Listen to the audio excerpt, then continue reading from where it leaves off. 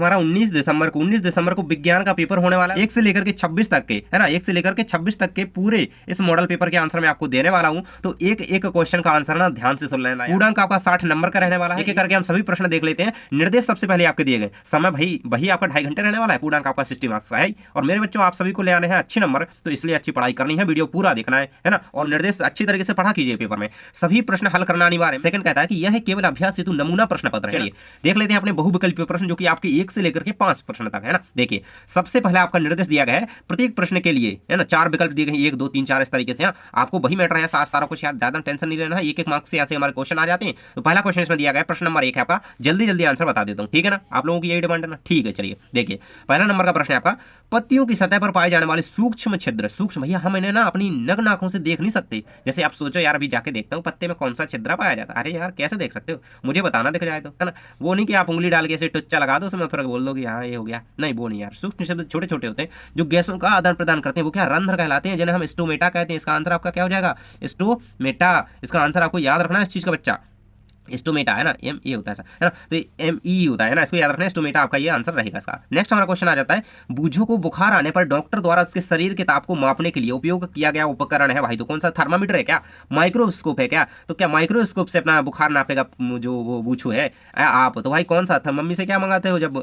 बुखार आता है? तो थर्मामीटर ही ना, तो थर्मामीटर इसका आंसर याद रखना। नेक्स्ट है आपका, इमली, अंगूर एवं कच्चे आम। भाई जब ये चीजें खाते हो ना, इमली खाते हो तो बड़ा खट्टा खट्टा लगता है ना, एक आंख अपने आप बंद हो जाती है ना। तो ये सारी क्या होती है, इसमें कौन सा अम्ल पाया जाता है, ऑक्जेलिक, फॉर्मिकम, एसिटिक अम्ल या टार्ट्रिक एसिड। भाई इसमें क्या पाया जाता है आपका, टार्ट्रिक एसिड पाया जाता है इमली में, है ना। ये कच्चे जो पदार्थ होते हैं, देखिए ये इन तीनों की बात की जा रही है। इसमें कच्चे आम हो गए, जैसे अंगूर हो गया, इमली हो गया, इसमें क्या टार्ट्रिक एसिड होता है, इसको याद रखना इस चीज को, है ना। और चीटिया के डंक में भैया, चीटी के डंक में मेथेनोइक एसिड या फॉर्मिक भी कह सकते हैं, है ना, याद रखना इस चीज को।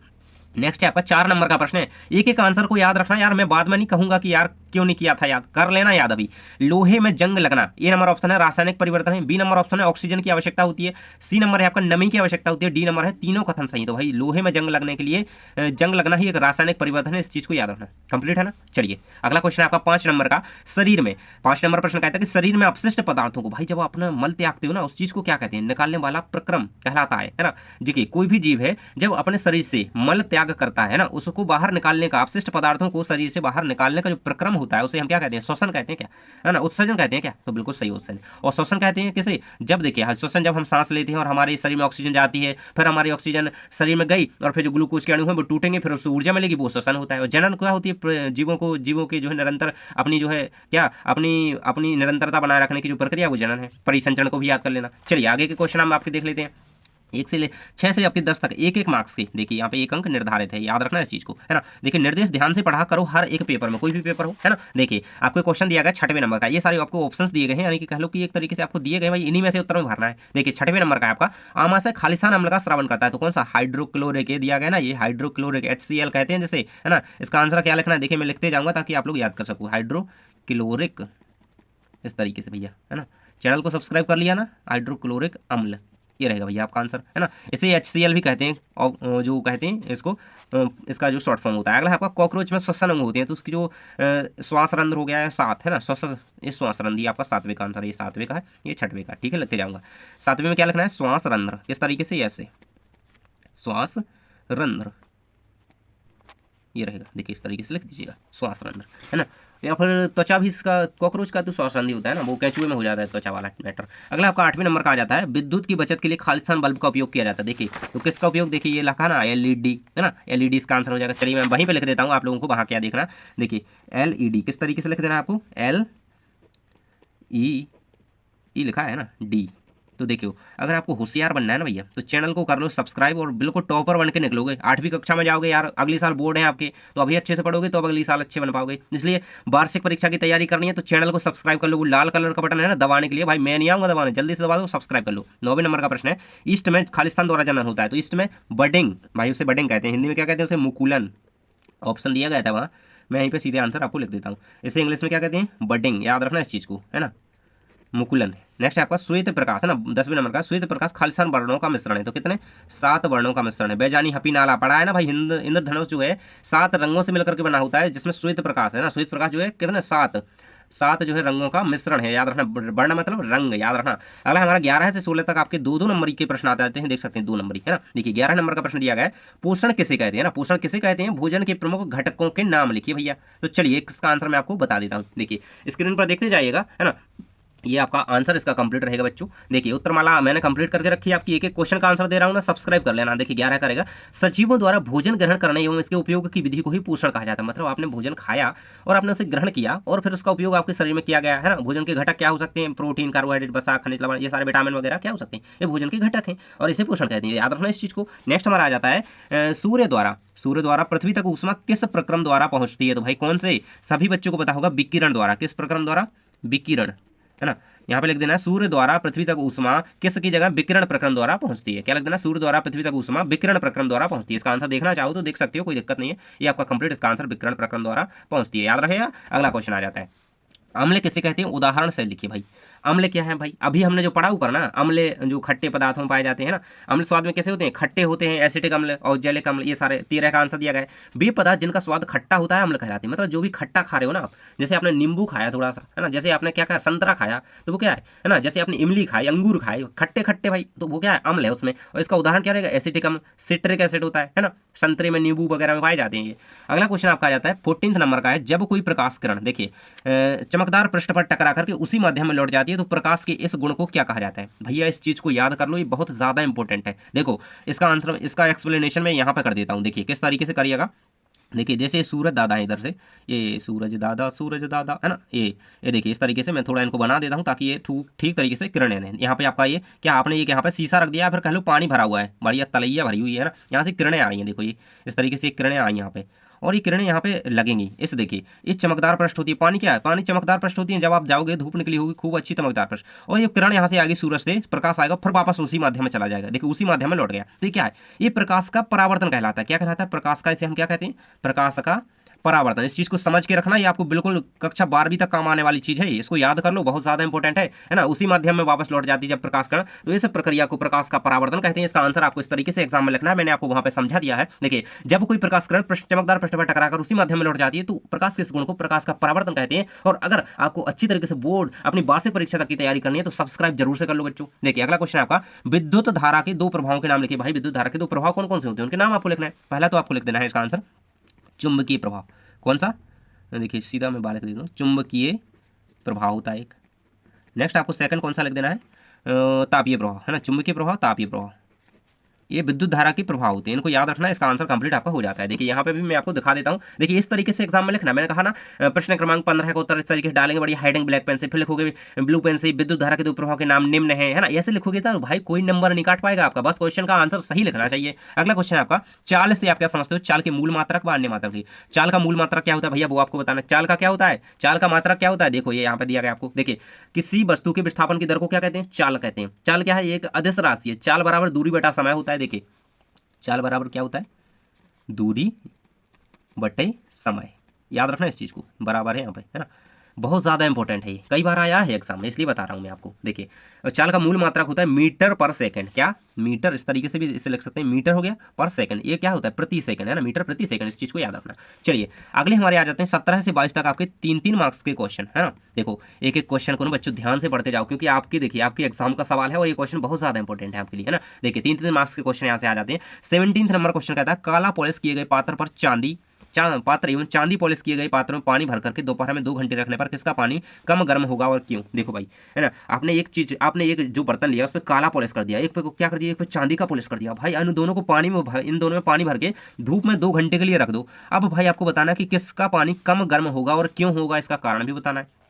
तो भाई काले पात्र में ज़्यादा पानी गर्म होगा, क्योंकि देखिए जब भी आप काले, आपने देखा होगा यार, काला जो कपड़ा आप पहनोगे ना तब भी तो आपको क्या लगेगा, एक तरीके से उसमें क्या ज़्यादा गर्मी लगेगी। तो जो काला पात्र है, काले बर्तन में ना जल्दी पानी गर्म हो जाएगा, क्योंकि काले पात्र में ऊष्मा अधिक जाएगी, क्योंकि वो काला है। काला रंग जो होता है ऊष्मा को ज़्यादा अवशोषित करता है ना, ज़्यादा मात्रा में, तो इसलिए काले पात्र में, क्योंकि भी ऊष्मा के अच्छे सुचालक होते हैं, याद रखना इस चीज़ को। चलिए अगला क्वेश्चन आपका आ जाता है, उस कार्बोहाइड्रेट का नाम लिखिए जिसका पाचन जुगाली करने वाले जानवर। देखो भाई पहले तो जानवर क्या करते हैं, आपकी गैया मैया है ना घर में, भैंसिया भी हो सकती है, गैया हो सकती है, कुछ भी है ना, तो वो क्या करते हैं, पहले खा लेते हैं फिर बाद में मुंह चलाते रहते हैं इस तरीके से ना। तो वो क्या करते हैं, वो जुगाली करते हैं। वो जुगाली करने वाले जानवर करते हैं, परंतु मानव नहीं करते इसका मतलब। अपन लोग तो खा के बाद में ऐसे मुंह तो नहीं चलाते रहते आए आए आए, है ना, नहीं तो करते, जबकि जानवर ऐसा करते हैं। ऐसा क्यों कहते हैं, क्यों करते हैं वो लोग, कारण लिखिए, और अपन क्यों नहीं करते हैं, तो इसका कारण क्या है। तो 18 नंबर का क्वेश्चन है आपका, तो कोशिका रस कार्बोहाइड्रेट को वो चबाते हैं उस वक्त, है ना, तो इसका आंसर आपका ये रहेगा, याद रखना इस चीज को। नेक्स्ट आपका क्वेश्चन नीचे आ जाता है, देख सकते हो यहाँ पे 19 नंबर का है, प्रयोगशाला तापमापी तथा डॉक्टरी थर्मामीटर, है ना, डॉक्टरी थर्मामीटर जिससे अपन बुखार का मापन करते हैं, है ना, इनके बीच समानता तथा अंतर लिखे, यानी कि ये क्या समान है और क्या अंतर है इनमें, देख लीजिए। ये रहेगा आपका 19 का उत्तर दिया गया ना। डॉक्टरी थर्मामीटर में सिर्फ शरीर का ताप मापा जाता है। जब हमको बुखार होगा, हमने लगाया, उससे चेक किया अपना, है ना, शरीर का आपने, है ना, तब तो पानी का ताप नहीं मापा जा सकता। मतलब आप सोचो कि थर्मामीटर से हम पानी का देखें भाई कितना गर्म है कितना ठंडा है, तो भाई वो पता नहीं चलेगा, है ना। डॉक्टरी थर्मामीटर का परिसर जो होता है 35 डिग्री सेल्सियस से 42 डिग्री सेल्सियस तक ही रहता है, और प्रयोगशाला जो तापमापी का परिसर क्या रहता है 10 डिग्री सेल्सियस से 110 डिग्री सेल्सियस, भाई इतना ज्यादा, है ना, तो ये याद रखना। अगला है आपका, पादपों में सहजीवी संबंध को उदाहरण से लिखिए। भाई पादपों में सहजीवी संबंध को उदाहरण के साथ समझाना है आपको। ये रहेगा आपका 20 नंबर के प्रश्न का उत्तर, देख सकते हैं पूरा का पूरा दिख रहा होगा आपको। कुछ जीव एक दूसरे के साथ रहते हैं। देखिए सहजीवी का मतलब क्या होता है, देखिए जैसे आपका दोस्त हो, मान लो आपका दोस्त आपके साथ रह रहा है, बढ़िया अपन दोनों एक दूसरे का काम कर रहे हैं ना, एक दूसरे के साथ काम को बांट रहे हो, बढ़िया रह रहे हो, है ना, तो क्या एक तरीके से सहजीविता हो जाती है ना। देखिए है ना कि दिया गया कुछ जीव एक दूसरे के साथ रहते हैं तथा अपना भोजन आवास एवं पोषक तत्व होते हैं एक दूसरे के साथ बांटते हैं, खाते पीते हैं अच्छे तरीके से, ऐसे सहजीवी संबंध कहते हैं। उदाहरण, कुछ कवक वृक्षों की जड़ों में रहते हैं ना, तो कुछ कवक जो होते हैं वृक्षों की जड़ों में रहते हैं, लाइकेन इसका अच्छा उदाहरण है, याद रखना। नेक्स्ट हमारा, चींटी के काटने पर त्वचा पर केलामाइन का विलेन क्यों लगाया जाता है। भाई केलामाइन का विलेन क्यों लगाएंगे भाई चींटी के काटने पर, है ना, ताकि वो ठीक हो जाए। देखिए क्योंकि चींटी के डंक में क्या होता है, चींटी के डंक में होता है अम्ल, है ना, तो उसे उदासीन करने के लिए, उसका जो प्रभाव होता है उसे उदासीन करने के लिए, है ना, तो इसे लगाया जाता है, याद रखना इस चीज को। ये क्या होता है, एक सोडा टाइप होता है कैलामाइन का विलेन। अगला है आपका, लिटमस पत्र के द्वारा आप अम्लीय, क्षारीय व उदासीन पत्रों की पहचान कैसे करेंगे, है ना। लिटमस पत्र होगा, अगर अम्लीय माध्यम होगा तो वो लाल कर देगा नीले को, है ना, इस चीज को याद रखना। देखिए अम्लीय माध्यम होगा तो नीले को लाल कर देगा, क्षारक लाल लिटमस को नीला कर देगा, इस तरीके से। और बे पदार्थ जो ना तो अम्लीय हो ना ही क्षारकीय है वो उदासीन कहलाते हैं, तो वो उसमें क्या होगा, उसमें लिटमस में कोई भी प्रभाव दिखाई नहीं देगा, वो उदासीन दिखेगा एक तरीके से, है ना, जैसा है वैसा ही रहेगा, उसमें चेंजेस नहीं होंगे। और अम्ल होगा मतलब खट्टा पदार्थ डालोगे तो क्या हो जाएगा, वो नीले से लाल रंग में बदल देगा उसे। और क्षार होगा मतलब कड़वा कड़वा होगा थोड़ा, तो लाल से नीले में कर देगा, इस चीज को याद कर लो। नेक्स्ट है आपका 23 से 26 तक, भाई 20 नंबर है यहाँ से। देखो 5-5 नंबर के 4 प्रश्न है, मतलब 20 नंबर है यहाँ से। वीडियो को मत छोड़ देना, अभी वीडियो पूरा देखना है। देखो 23 नंबर क्वेश्चन है, लोहे को जंग लगने से बचाने के लिए आप क्या क्या उपाय करेंगे। भाई क्या क्या करोगे कि लोहे में जंग ना लगे, क्या उसे अपनी अलमारी में घर में रख दोगे, नहीं ना करोगे, अरे यार बाहर तो उसकी जरूरत होती है, तो क्या क्या करोगे भाई, तो ये सारी चीज करोगे। तो हम उस पर पेंट कर देंगे बढ़िया तरीके से, अच्छा बढ़िया वार्निश लाएंगे और उस पर बढ़िया अच्छी से पेंटिंग कर देंगे, है ना। तो ये देखिए लोहे की वस्तुओं को ऑक्सीजन व जल अथवा दोनों के संपर्क में आने से बचाकर ही ऐसा किया जा सकता है। मतलब उसे देखिए एक तो नमी में के संपर्क में मत आने दो, आर्द्रता ना पड़े उसमें, है ना, पानी ना पड़े, है ना। इसका एक सरल उपाय है कि उस पर पेंट अथवा ग्रीस की परत चढ़ाई जा सकती है, पेंट किया जा सकता है ना। और क्या सकते हैं, जिंक की परत भी चढ़ाई जा सकती है। अन्य उपाय लोहे के ऊपर क्रोमियम अथवा जस्ता मतलब जिंक, देखिए जैसे धातु किसी धातु की परत चढ़ाना चाहिए, है ना। जैसे देखिए ये सदलेपन किसे कहते हैं भैया, इससे क्वेश्चन आ सकता है, ग्लेबनाइजेशन, है ना, बहुत ज्यादा इंपॉर्टेंट है यार। जब आप लोहे की परत पर, है ना, लोहे जो लोहा होता है उस पर जिंक की परत चढ़ाते हो तो इस प्रक्रम को यसद लेपन या की गैल्वनाइजेशन कहते हैं। वेरी वेरी मोस्ट इंपोर्टेंट भैया, याद रखना इस चीज को। नेक्स्ट आपका मानव अस्थि तंत्र का नामांकित चित्र बनाइए एवं प्रमुख अंगों के नाम लिखिए, है ना। चलिए इसका आंसर मैं आपको देता हूँ। देखो अस्थि तंत्र का बनाना है तो देखिए इस तरीके से। भाई क्या यार कितने अच्छी तरीके से आंसर दे रहा हूँ, अभी तक तुमने सब्सक्राइब नहीं किया यार, कैसे हो यार, तुम सब्सक्राइब नहीं करते हो यार, वीडियो बस देख लेते हो, सब्सक्राइब कर दो जल्दी से। देखो नीचे बटन है यार, सब्सक्राइब कर लोगे तो कुछ लग नहीं जाएगा, आपकी हेल्प कर दूंगा मैं, क्योंकि वार्षिक में ना आपकी हेल्प मैं करने वाला हूँ। देखो श्वसन अंगों के नाम क्या होते हैं, एक नासा यानी कि भाई नाक जो होती है ना, फिर गुहा होती है इस तरीके से गुहा, है ना। आगे मुख होता है तो हमारा मुख है आगे, है ना। गुहा तो होती है, इसी में पार्ट होता है इसका। ग्रसनी, ये सारी ग्रसन नलिका पाई जाती है हमारी, है ना, ये यहाँ लंबी लंबी, है ना। श्वास नली क्या होती है, श्वास नली यहाँ पे देखिए ये हमारी बताएगी इसमें, इसी में बीच में छोटे छोटे पार्ट होते हैं। फेफड़े, हमारी फेफड़े पाए जाते हैं, ये फेफड़े। और डायफ्राम होता है हमारे शरीर में, है ना। तो इस तरीके से देखिए ये डायफ्राम क्या है, पीछे पीछे ही पाएगा ये, है ना।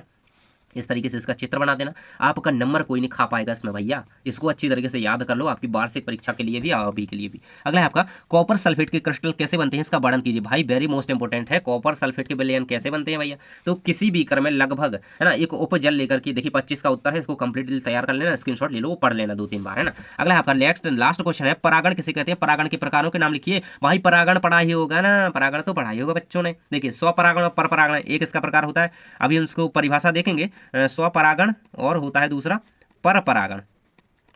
पर परागण, इस चीज को याद रखना। ये दोनों में क्या अंतर है? स्व मतलब उसी पौधे का उसी पुष्प में, है ना, उसी पुष्प का उसी पुष्प में क्या होगा? परागण होगा, तो स्वपरागण। पर का मतलब पराय में, दूसरे में जाकर के होगा, तो क्या है? परपरागण। देखिए इन चीजों को, ये रहेगा। परागण क्या होता है? जब परागकण अपने नर पुंकेसर के परागकोश से अपने किसी माध्यम से उस जाति के मादा अंग जायांग के वर्तिका के पास जाते हैं तो क्रिया को क्या कहते हैं? परागण कहते हैं। स्वपरागण परपरागण इसके दो प्रकार होते हैं। परागण नहीं है, परागण है, जैसा कि मैंने यहाँ पे लिखा है ना, इस चीज को याद रखना। तो 1 से लेकर के 26 तक मैंने आपके सभी इंपॉर्टेंट क्वेश्चन के मॉडल पेपर के क्वेश्चन कंप्लीट करवा दिए हैं। क्वेश्चन को अच्छी तरीके से कंप्लीट करके जाओ, जैसा मैंने समझाया ना हर चीज को यार, एक बार और वीडियो को देख लोगे ना तो कुछ हर्ज नहीं हो जाएगा, क्योंकि आपकी तैयारी हो जाएगी, रिवीजन हो जाएगा एक तरीके से, है ना। तो अपने दोस्तों को वीडियो को भेज दो और ये सारे क्वेश्चन तैयार करके जाओ। थैंक्स फॉर वॉचिंग, मिलते हैं नेक्स्ट वीडियो में।